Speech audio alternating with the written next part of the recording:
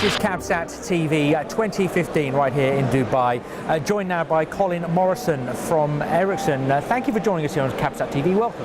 Thank you very much. Glad to be here. Good to have you here. Although I've got to ask the question, why are you here? Because Ericsson is responsible for mobile networks and this is a broadcast show. Take me out of the dark and put me in the picture on this. Well, so you're absolutely right. Ericsson has historically been a predominant player and still is a predominant player in mobile network infrastructure.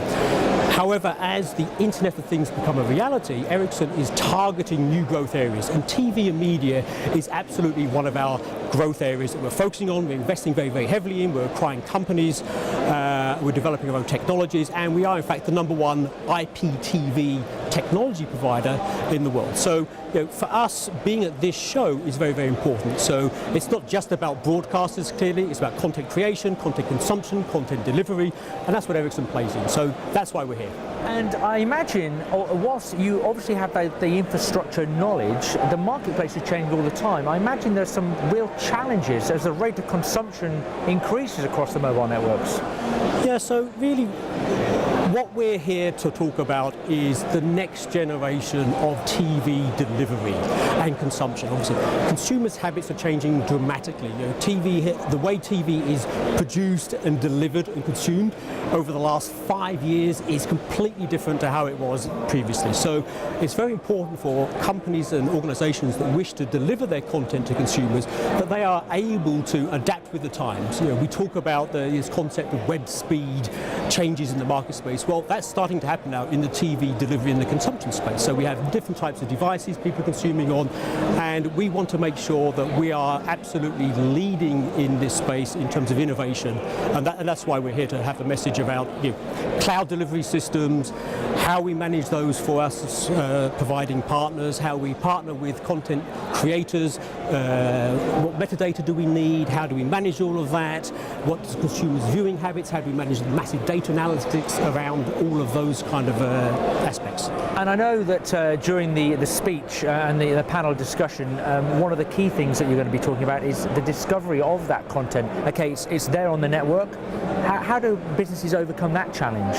Well, the key thing is to know your consumer, so to make the consumption of content intuitive.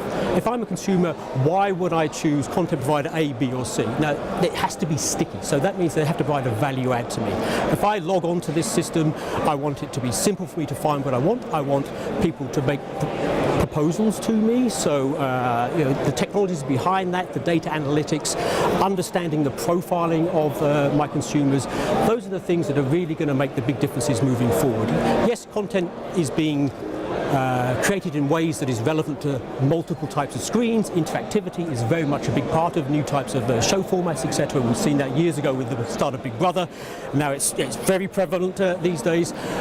So we need to make sure that the consumers can be engaged, but have a way of finding what they want and buying what they want as well. Because if we can't monetize all of these services, then frankly all this investment is going to be a little bit for nothing. That's true. We hear talk a lot about the second screen, and really that is where the mobile infrastructure comes into its own, isn't it?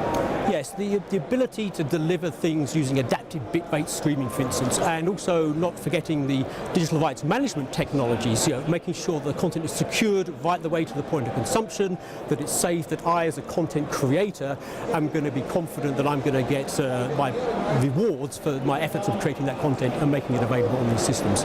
So that's where we are now, and as you were saying, we talk about web speed, but really that is just the speed it is now. Looking to the future, what do you think is going to be happening in this particular network?